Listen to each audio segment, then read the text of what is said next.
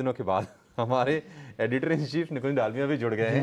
निकुंज sir बहुत देर कर दी आपने आते आते। नहीं जी सर, दिल्ली में बॉम्बे में बारिश हो रही है और आप लोग दिल्ली से यहाँ दिख रहे हो कि ये वर्जन है आपके। अब किसने देरी करी, आपने करी बॉम्बे आने में या मैंने स्टूडियो में आने में? आप आए, मैं आ गया, अब बॉम्बे में आ जाता हूँ। इसका डील सर, डील करते हैं सर बाद में। अच्छा सर, नहीं जवाब नहीं दिया आपने। सर वो जवाब हम बाद में ऑफ कैम देंगे। सर ये सीबी की जो रिपोर्ट आई है, मतलब हम चर्चा तो करते ही अक्सर कि नहीं हाथ लोग चलाते हैं, 10 में से 7 लोग इंट्राडे में जो कैश में जो ट्रेड कर रहे हैं वो कमा रहे हैं। अच्छा, उसमें एक इंटरेस्टिंग चीज़ भी है कि जो प्रॉफिट कर रहे हैं ना उसमें लड़कियां आगे हैं।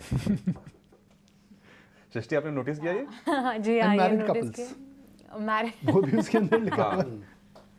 नहीं देखिए, राइट रॉन्ग की हमें कभी भी, मैं कभी राइट रॉन्ग जजमेंट किसी का नहीं करता। मैं इसलिए कभी किसी का राइट रॉन्ग जजमेंट नहीं करता बिकॉज सबकी अंडरस्टैंडिंग है, सबकी रिस्क प्रोफाइल है, सबके एपेटाइट और सबका टाइम फ्रेम है। दो जुड़वा लोग जब होते हैं सेम समय में होते हैं तो एज पर एस्ट्रोलॉजी कुछ फ़र्क नहीं होना चाहिए डेस्टिनी में पर एकदम डेस्टिनी में अलग होते हैं। तो आई एम ट्राइंग टू से is that right and wrong हमें नहीं बोलना चाहिए, हमें डेटा की बात करनी चाहिए। डेटा बताता है कि अगर आपने डे ट्रेडिंग करी है तो 7 में से 10 बार आपको नुकसान रहा है। तो आपको जो भी आप कर रहे हैं डे ट्रेडिंग के अंदर, आपको या तो समझ होनी चाहिए, या आपकी एपेटाइट होनी चाहिए, या फिर आपकी अंडरस्टैंडिंग होनी चाहिए, या फिर आपकी प्रोसेस होना चाहिए। 7 में से आप 10 में 7 आप लूज कर रहे हैं, मैं 3 कमा तो रहे हैं। मैं चाहता हूं कि आप 3 साइड वालों पे नजर करें कि वो राइट क्या कर रहे हैं, रादर देन सेइंग 7 वाले गलत क्या कर रहे हैं। तो सेबी ये बोल रहा है कि भाई आप जो भी करते हैं ये डेटा है, पर 3 का जो डेटा है वह भी इंपॉर्टेंट है, वो भी डेटा है। वो क्या कर रहे हैं वह समझिए। अगर आप वह नहीं कर पा रहे हैं, वो जो कर रहे हैं, तो फिर शायद आपको डे ट्रेडिंग के अंदर अपना समय खराब नहीं करना चाहिए, अपनी कैपिटल खराब नहीं करनी चाहिए। वॉरेन बफेट साहब ने कहा है कि स्टॉक मार्केट में कमाने के 2 रूल्स होते हैं। Rule number 1, never lose money in stock market. Rule number 2, never forget rule number 1। तो अगर ट्रेडिंग में आप पैसा गवा रहे हैं तो उसको ईगो ना बनाएं, स्टॉप लॉस समझें, प्रोसेस समझें। तो हो सकता है कि अगर आप प्रोसेस समझेंगे, स्टॉप लॉस समझेंगे, अपनी रिस्क एपेटाइट समझेंगे, तो आप वो जो 7 में से 10 वाले में जो 3 वाले हैं उसमें आप आ जाएंगे। सही बात है। मगर डे ट्रेडिंग में अक्सर हिस्टोरिकली, यहाँ पर नहीं ग्लोबली भी हमने देखा है, रिस्क रिवॉर्ड रेशियो थोड़ा कम फेवरेबल होता है। ये डेटा जब आए जबकि बुल मार्केट एक इंटैक्ट रहा है। सोचिए जब बुल मार्केट इंटैक्ट नहीं रहेगा और जब थोड़ी वॉलिटिलिटी आएगी तो और कितना मुश्किल हो जाएगा। ये डेटा है जबकि एक मार्केट ट्रेंड में रहा है, एक ले में रहा है, हमने हार्डली वॉलिटिलिटी देखी, फिर भी ये डेटा है ये। तो यही बात है। पर निकुंज सर, अब जो वॉलिटिलिटी आ रही है, अगर हम देखें कि बजट के बाद जो है गिरावट का दौर थोड़ा सा दिख रहा है, आज भी थोड़े ग्लोबल मार्केट्स कमज़ोर हैं, उस पर कितनी टेंशन बिल्डअप हो सकती है? क्योंकि जितने भी इन्वेस्टर्स हैं और साथ ही जो ट्रेडर्स हैं उनके लिए कितनी चिंता की बात है। कैसे देख रहे हैं आप मार्केट्स? देखिए 3 बड़े परफॉर्मिंग मार्केट हैं आपके, Japan, Hong Kong, Japan, Nasdaq and India. 2 घूम चुके हैं। अगर आप जापानीज निक्केई देखिए 3% नीचे था, शायद 7% डिप भी देखें ज़रा, 6 या 7% ऊपर से नीचे आ चुका है। और अगर नैस्डैक में भी अब देखें वहाँ पे भी रिवर्सल आया है। तो स्ट्रेंथ की जो इंडिकेटर्स हम बोलते हैं, जिसे हम कहते हैं कि जो इंडिकेटर्स ऑफ ग्लोबल स्ट्रेंथ है, वो 2 मार्केट घूम चुके हैं। तो आइसोलेशन में अगर आप देखेंगे तो इंडिया ऊपर नहीं जा सकता है, आइसोलेशन में नहीं होता है। ग्लोबल मार्केट हमेशा आइसोलेशन में नहीं चलते हैं, उसके अंदर अंडर परफॉर्मेंस आउट परफॉर्मेंस होता है। तो कितना डिप गिरा देखेंगे ऊपर से?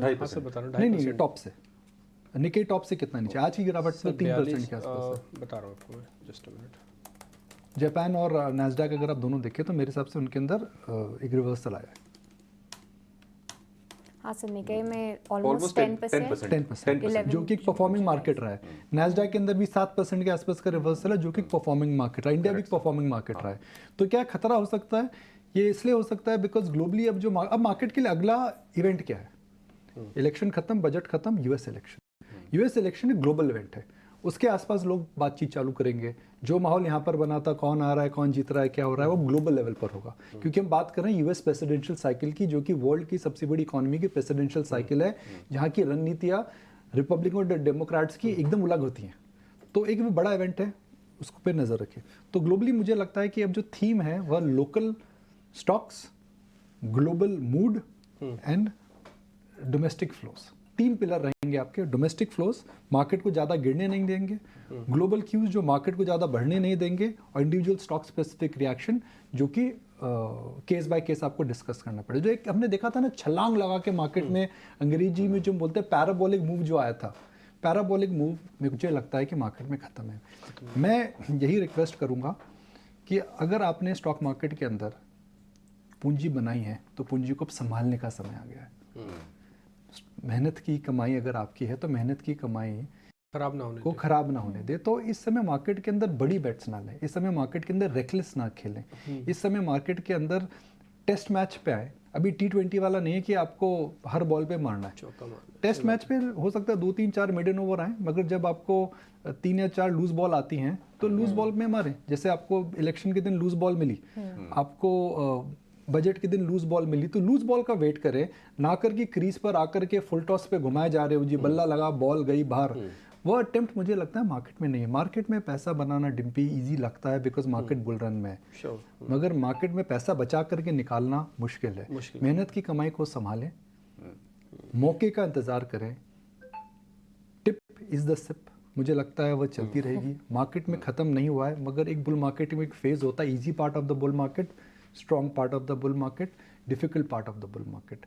ग्लोबली मुझे लग रहा है मार्केट में बुल मार्केट खत्म नहीं है, मगर tough part of the bull market आ चुका है। अच्छा सर, मैं अर्निंग्स पे आना चाहूँगा। ये एक्सेस के भी नंबर आ चुके हैं, HDFC के भी नंबर्स आए हैं। अर्निंग्स में आप क्या रीड कर रहे हैं, और आगे की और अर्निंग्स कहाँ पे आपको लग रहा है कि अच्छा आ सकता है? देखिए अर्निंग्स ख़राब नहीं है और शायद इसीलिए मार्केट टिका हुआ है, बिकॉज मार्केट्स को पता है कि अर्निंग्स ठीक ठाक रहेंगी। लोकली ऐसा कुछ नहीं हुआ है जिसकी वजह से अर्निंग्स ख़राब होंगे, और ग्लोबली IT अच्छा हो गया। तो मुझे लगता है कि अर्निंग्स इस समय अच्छी हैं। हम वैल्यूएशंस पे एंडलेस डिबेट कर सकते हैं। L&T मुझे लगता है गिरावट अगर ज़्यादा आती है तो उसमें नज़र रखें, सस्ता है। L&T के क्वार्टरली नंबर्स अच्छे नहीं थे, उन्होंने ऑर्डर बुक अपनी अच्छी रखी है। ऑर्डर बुक अच्छी रहेगी जबकि इलेक्शन की वजह धीमापन था, तो इसका मतलब या तो इंटरनेशनल बिजनेस आएगा या फिर डोमेस्टिक बिजनेस में अपटिक आएगा। 26-27 टाइम पे ट्रेड कर रहा है। ABB और सीमेंस की PE मल्टीपल्स में देखूँ तो बहुत महंगे हैं। एक और L&T के अंदर 2 बड़े बिजनेस हैं, 2 IT कंपनीज हैं, जो सम ऑफ पार्ट के अंदर अगर IT वापस आता है तो वैल्यूएशन बढ़ जाएगी।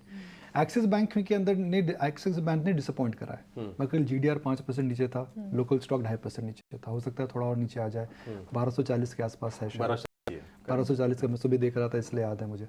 तो 1240 का हो सकता है गैप डाउन जाए। मगर जहाँ पर भी बड़ी गिरावट आएगी, मुझे लगता है मार्केट के अंदर अच्छे क्वालिटी के स्टॉक्स में इंस्टीट्यूशनल इन्वेस्टर्स आ जाएंगे, क्योंकि आपके पास 1.5 लाख करोड़ रुपया साइडलाइन में है। और जैसे हम अभी बात कर रहे हैं ना डिम्पी, 20,000 करोड़ रुपये आ रहा है, तो हर रोज आपको इस मार्केट के अंदर 700 से 800 करोड़ रुपए आ रहा है। तो खजाने के अंदर तो आ ही रहा है माल, और मैंडेट्स होती हैं फंड्स की फुल्ली इन्वेस्टेड होने की, तो पैसा तो आपको ये गिरने नहीं देगा। तो अच्छे क्वालिटी स्टॉक्स जहाँ पर 2 या 3 साल की विजिबिलिटी रखती है, उन पे नज़र रखें। तो वो टर्न अराउंड वाले हो सकते हैं, वह न्यू थीम्स हो सकते हैं, वह ऐसे हो सकते हैं कि जहाँ पर या तो वैल्यूएशंस अच्छी हैं, या फिर ऐसे हो सकते हैं जहाँ पे P मल्टीपल्स बढ़ सकते हैं। एक और सेक्टर में बता देता हूँ, मुझे लगता है OMCs पे नज़र रखिए, सस्ते हैं। सरकार की जो तेल की पॉलिटिक्स ही बंद हो चुकी है, क्रूड ऊपर जाता है दाम बढ़ जाता है, क्रूड नहीं जाता है गिर जाता है। और इलेक्शंस वगैरह इन सबसे भी अब कोई असर अब कुछ असर नहीं होता। सरकार ने दाम गिराए ना बढ़ाए, पास थ्रू हो रहा है।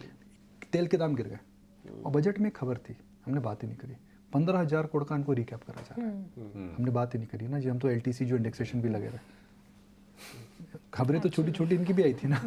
बिल्कुल ठीक। तो मुझे लगता है वो सस्ते हैं। इस मार्केट के अंदर आपको सस्ते स्टॉक्स बहुत कम मिल रहे हैं। जैसे LIC की हम थोड़े दिन पहले बात कर रहे थे, LIC देखिए ऑल टाइम हाई बना चुका है, एक वह अच्छा लगता है। मेरे हिसाब से आपको ये मनोबल बनाना चाहिए कि इस मार्केट के अंदर आप एक मैंगो ट्री के नीचे खड़े, हवा का झोंका आया है, वो ग्लोबल है। हवा का झोंका आता है तो क्या होता है, ओवर राइप फ्रूट्स होते हैं वो गिर जाते हैं, और जो कच्चे फ्रूट्स होते हैं वो गिर जाते हैं, मगर जो मजबूत फल होता है वो नहीं गिरता, वृक्ष नहीं टूटता है। तो एक शेकआउट आया है, हो सकता और आए। उस शेकआउट के अंदर आप अगर लंबी अभी तक खड़े रह सकते खड़े रहिए, मगर आप अगर इसके अंदर खिलवाड़ के लिए आए हैं, आप स्टॉक मार्केट को हॉबी आइडियाज़ के हिसाब से ट्रेड करते तो ना करें।